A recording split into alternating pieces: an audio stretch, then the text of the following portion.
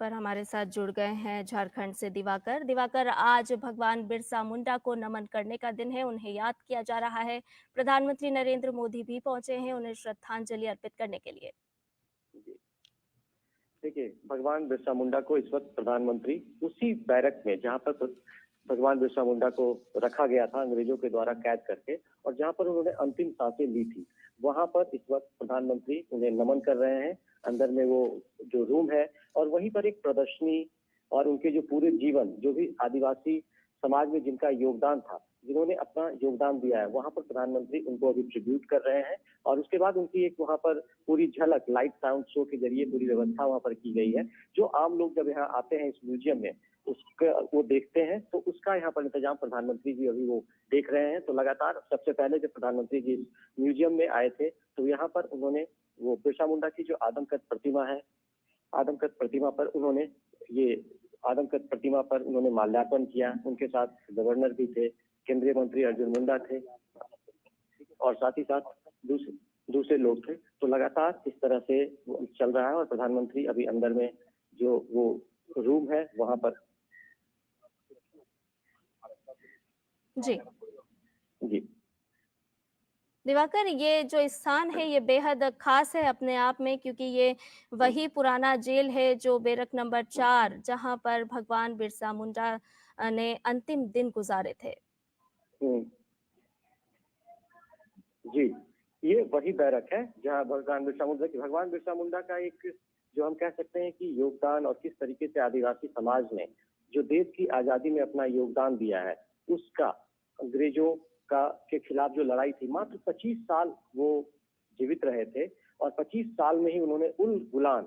को एक नया आयाम दिया था। उसके जरिए अंग्रेजों का जो यहाँ पर राज था, उसको उन्होंने हिलाकर रख दिया था। और उसके बाद लोग जो थे वो बिरसा मुंडा को भगवान की तरह पूजने लगे, उनको भगवान का दर्जा दिया गया। तो लगातार जो भगवान बिरसा मुंडा की जो आदिवासी समाज में जो उपलब्धि है, जिस तरीके से उन्होंने लोगों को यूनाइट किया, एक सबसे बड़ी बात कि इन्हें भगवान के रूप में भी क्यों पूजा जाता है, कि इन्होंने जो आदिवासी समाज, जो जनजातीय समाज था, उसमें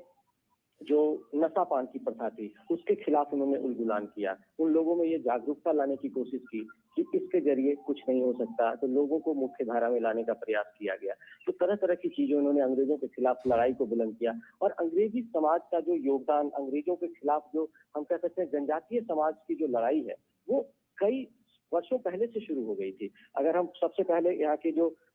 आंदोलन की हम बात करें, तो संथाल विद्रोह, जिसे कि संथाल हूल के रूप में भी जाना जाता है, वो संथाल जनजाति द्वारा ब्रिटिश ईस्ट इंडिया कंपनी, जमींदार, इनके खिलाफ किया गया था। और ये जो एक तरीके से 1855, जो हम लोग कहते हैं 1857 का जो पहला अंग्रेजों के खिलाफ जो बड़ी लड़ाई थी, उसके पहले ये संथाल में एक विद्रोह हुआ था, और हुल विद्रोह के नाम से ये जाना जाता है। तो अंग्रेजों के खिलाफ जो जनजातीय समाज के, चाहे भगवान बिरसा मुंडा हो, चाहे वो वीर बुद्धू भगत हो, फूलो जानो हो, नीलांबर पीताम्बर हो,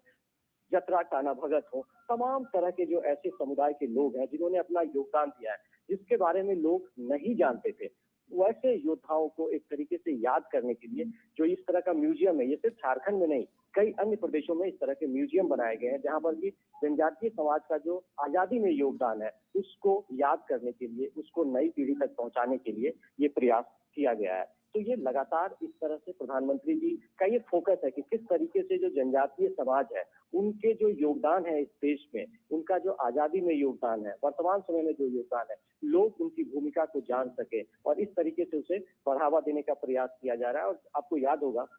कि किस तरीके से 3 साल पहले ही प्रधानमंत्री नरेंद्र मोदी ने भगवान बिरसा मुंडा को जन्मदिन जो है, जिसे आज 15 नवंबर है, उसे उन्होंने जनजातीय गौरव दिवस के रूप में घोषित किया था। तो ये सिर्फ अब झारखंड के लिए नहीं भगवान बिरसा मुंडा है, पूरे देश और दुनिया में लोग जनजातीय गौरव दिवस को भगवान बिरसा मुंडा के जन्मदिन के रूप में देखते हैं। और उनकी जन्मस्थली भी प्रधानमंत्री आज पहुंचेंगे, और देश के वो पहले प्रधानमंत्री होंगे जो भगवान बिरसा मुंडा की जन्मस्थली गुलिहातू पहुंचेंगे और वहां उनके वंशजों से मिलेंगे। तो ये देखिए आप किस तरीके से प्रधानमंत्री लगातार जो ये समाज है, जनजातीय समाज है, जिनकी अब तक देश में उतनी भागीदारी नहीं रहा है, उन्हें ये नमन करने की कोशिश कर रहे हैं, लोगों को बताने की कोशिश कर रहे हैं कि ये समाज भी देश के लिए बहुत कुछ किया है, उनके योगदान की चर्चा होनी चाहिए, उनके योगदान को लोगों को जानने की जरूरत है। जी।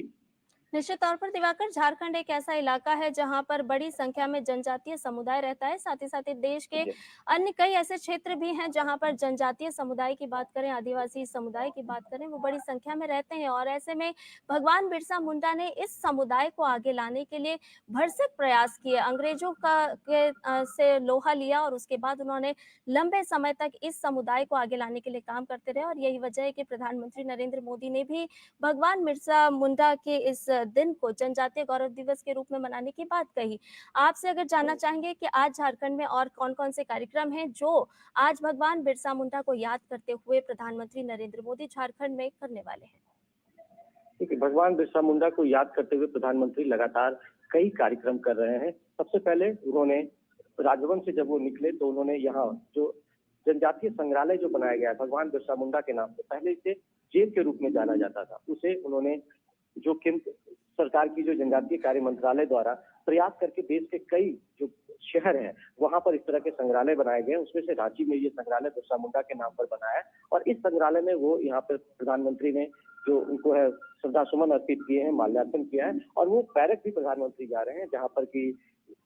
बिरसा मुंडा को अंग्रेजों ने रखा था और वहीं पर उन्होंने अंतिम सांसें ली थी। तो प्रधानमंत्री देख सकते हैं कि किस तरीके से उनके जो योगदान है उसको नजदीक से देखना चाहते हैं और उनके जो परिवार के लोग हैं वो जो जिस इलाके से आते हैं उस इलाके को प्रधानमंत्री नजदीक से देखना चाहते हैं। इसलिए प्रधानमंत्री म्यूजियम में ये दोनों कार्यक्रम और बाकायदा जो यहाँ पर किस तरीके से ये म्यूजियम बनाया गया है, कैसे यहाँ पे लाइट साउंड शो चलता है और भी जो दूसरे योद्धा हैं उन सभी की यहाँ पर जो है वो आदमकद प्रतिमा लगाई गई है। सभी को प्रधानमंत्री नमन करेंगे, सबको अभी पुष्पांजलि प्रधानमंत्री अर्पित कर रहे हैं। तो इस तरीके से प्रधानमंत्री उनको नजदीक से जाकर अनुभव भी कर रहे हैं और वहां पर श्रद्धासुमन अर्पित कर रहे हैं। इसके बाद प्रधानमंत्री यहाँ से बिरसा मुंडा की जन्मस्थली कुलिहातू जाएंगे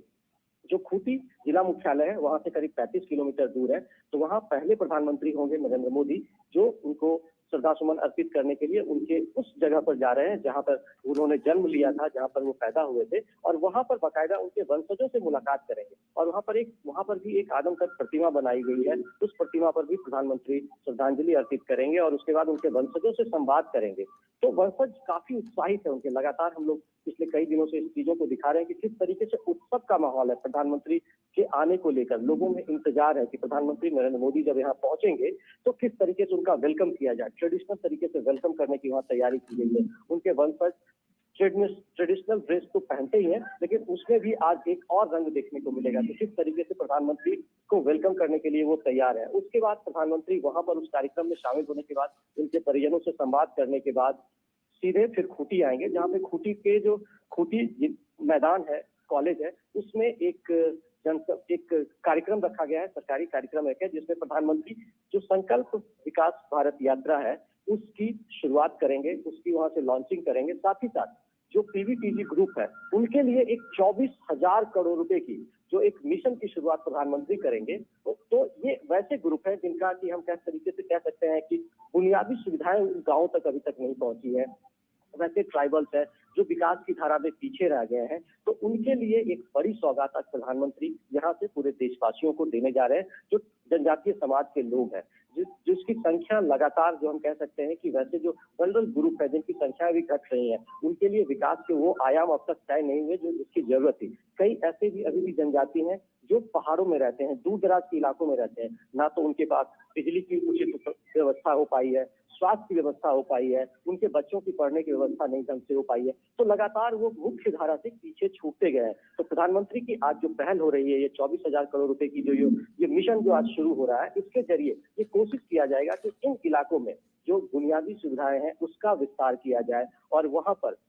शिक्षा का हो, चाहे फिर स्वास्थ्य सेवा का विस्तार हो, सड़कें पहुंचाने की बात हो, शुद्ध पेयजल देने की बात हो, तो तमाम तरह के जो स्कीम्स हैं वहां पर लेकर जाया जाएगा और उसके बाद उनका विकास किया जाएगा। साथ ही साथ लगातार जो जनजातीय कार्य मंत्रालय जो इन चीजों को देखता है उसके जरिए ये कोशिश की गई है कि ऐसे इलाके जो जनजाति बहुल इलाके हैं वहां पर जो नवोदय स्कूल हुआ करता था, सेंट्रल स्कूल होता है, उसी की तर्ज पर यहाँ पर एकलव्य विद्यालय की स्थापना की गई है। तो एकलव्य विद्यालय में जनजातीय समाज के बच्चे पढ़ने आएंगे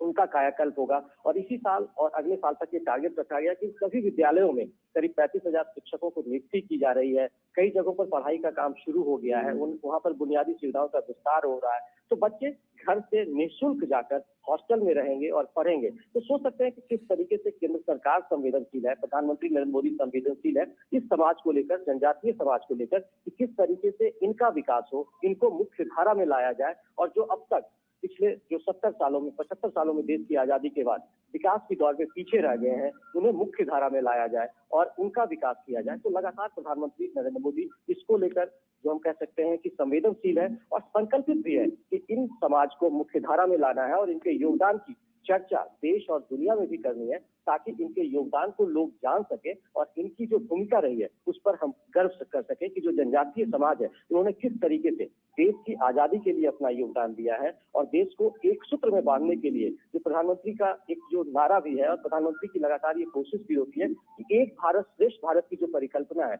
उसमें भी ये पूरी तरह से फिट बैठता है कि वो जो एक होना चाहिए कि देश के विकास में हर किसी की भूमिका होनी चाहिए, हर किसी का योगदान होना चाहिए और विकास की जो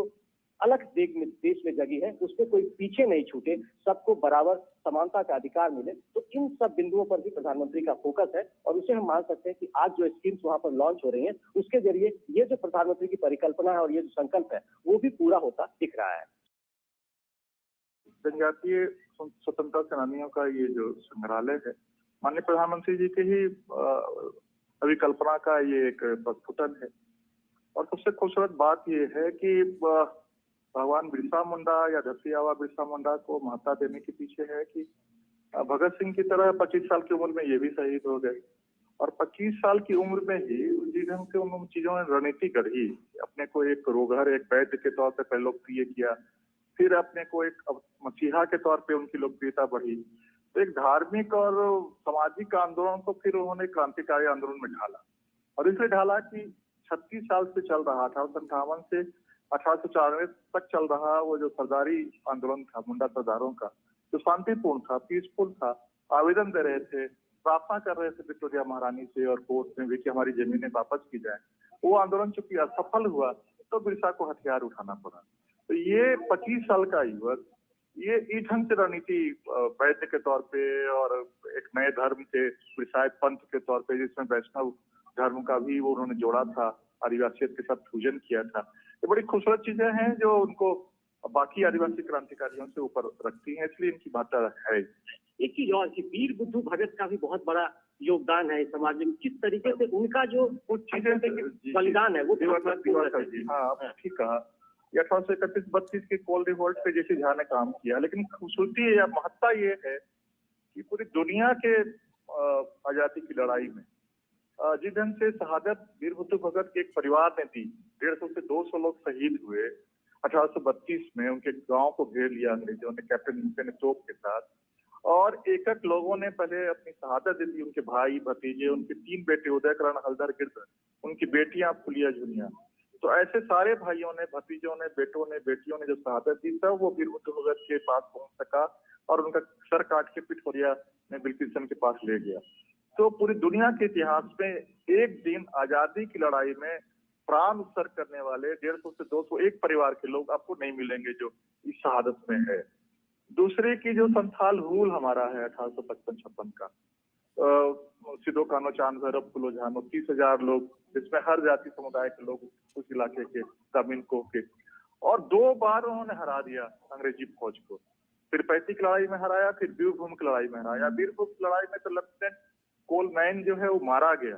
तो ये उसके पहले किसी लड़ाई में ब्रिटिशर्स हारे नहीं थे, एक मिथक था उनका कि ये हारते ही नहीं है, टूटा। इस कारण से 1857 संभव हुआ, लोगों को लगा कि नहीं हम के खिलाफ खड़े हो सकते हैं। तो 1857 की लड़ाई के लिए 1855-56 का संताल रूल होना जरूरी था। फिर वो भागीरथ मांझी है, बहुत शांतिपूर्ण आंदोलन बहुत चले हैं। भागीरथ मांझी ने 1871-68 में वो सफा होड़ो माने स्वच्छ मनुष्य, हम अगर पवित्र नहीं होंगे, हम अपने को स्वच्छ नहीं करेंगे, शराब और वो गंदी चीजें खाना नहीं बंद करेंगे, तो हमारी स्वर्ण युग की वापसी नहीं हो सकती है। उस मूवमेंट को शुरू किया और उनके संगठन से अंग्रेज घबरा गए, गिरफ्तारी हुई 1877 में शहादत। तो पीसफुल मूवमेंट भी हमारे यहाँ जता तारा भगत ने गांधी के पहले 1914 में हमारे यहाँ शांतिपूर्ण और अहिंसात्मक आंदोलन चलाया। तो ये कुछ चीजें यहाँ की अनोखी हैं जो हमारा विशिष्ट बनाती हैं भारतीय इतिहास में। इसे रेखांकित किया जाना चाहिए। तो इसे रेखांकित किया जाना चाहिए और भगवान बिरसा मुंडा का जो जन्मदिन है उसे जनजातीय गौरव दिवस के रूप में घोषित करके केंद्र सरकार ने उस जो भूले हुए पहलू थे उसे उन्होंने एक मंच दिया है और लोग उसके बारे में जानने लगे हैं। जी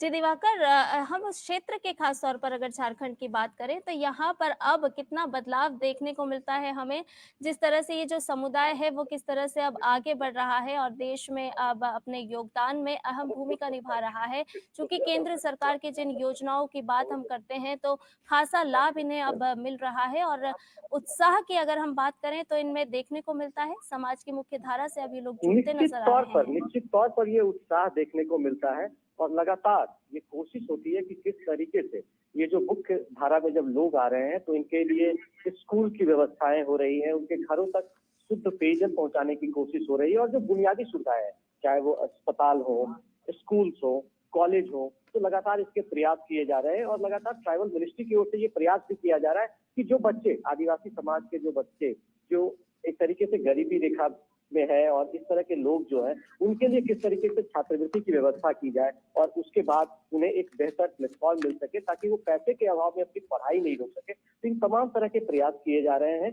और आज जो ये मिशन लॉन्च हो रहा है इनके लिए 24,000 करोड़ की योजना जो प्रधानमंत्री आज लॉन्च करने जा रहे हैं, इससे इस तरह के जो आयाम है उसे एक बल मिलेगा और लगातार ये कोशिश हो रही है कि मुख्य धारा में जनजातीय समाज के लोगों को लाया जाए और इसके लिए ये प्रयास भी हो रहा है कि किस तरीके से जो विकास की किरण है इनके घरों तक पहुंचाने जाए, इनके मोहल्ले तक पहुंचाया जाए और जो झारखंड के लगभग 2/3 जिले हैं वो जनजातीय बहुल जिले हैं। करीब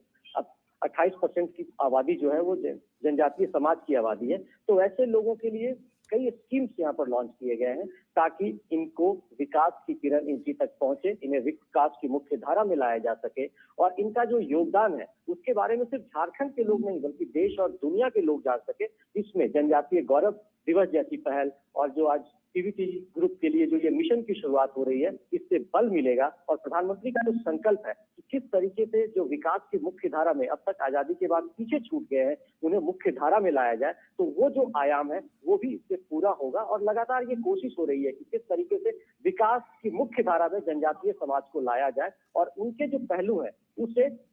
जो है उसको उजागर किया जाए, लोगों तक पहुंचाया जाए और लोग इनके बारे में अच्छे तरीके से जान सके। तो इससे इनका मनोबल भी बढ़ेगा कि नहीं, कोई उनके बारे में सोचने वाला है, कोई उन्हें आगे बढ़ाने के लिए तैयार है। तो लगातार उनका मनोबल भी बढ़ेगा और वो मुख्य धारा में भी शामिल हो सकेंगे। और इसकी एक बात भी इस तरीके से भी आप देख सकते हैं कि झारखंड जैसे राज्य जो पूरी तरीके से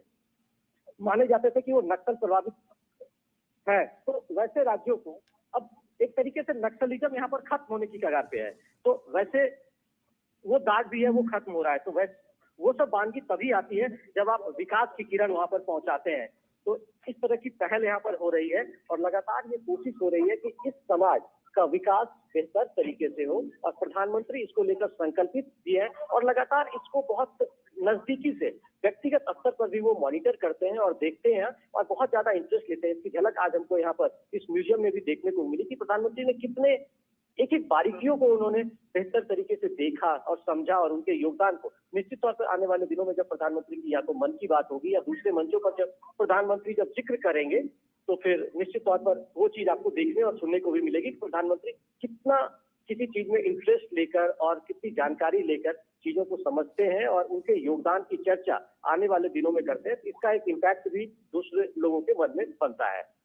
जी, बहुत-बहुत शुक्रिया दिवाकर, ये तमाम जानकारियाँ देने के लिए। तो अभी आप देख रहे थे कि किस तरह से झारखंड की तस्वीर बदली है और प्रधानमंत्री नरेंद्र मोदी का 2 दिवसीय दौरा और आज भगवान बिरसा मुंडा की जन्म जयंती के मौके पर प्रधानमंत्री नरेंद्र मोदी ने उनकी प्रतिमा पर पुष्पांजलि अर्पित की और किस तरह से झारखंड आज बदला हुआ स्वरूप लेकर के हमारे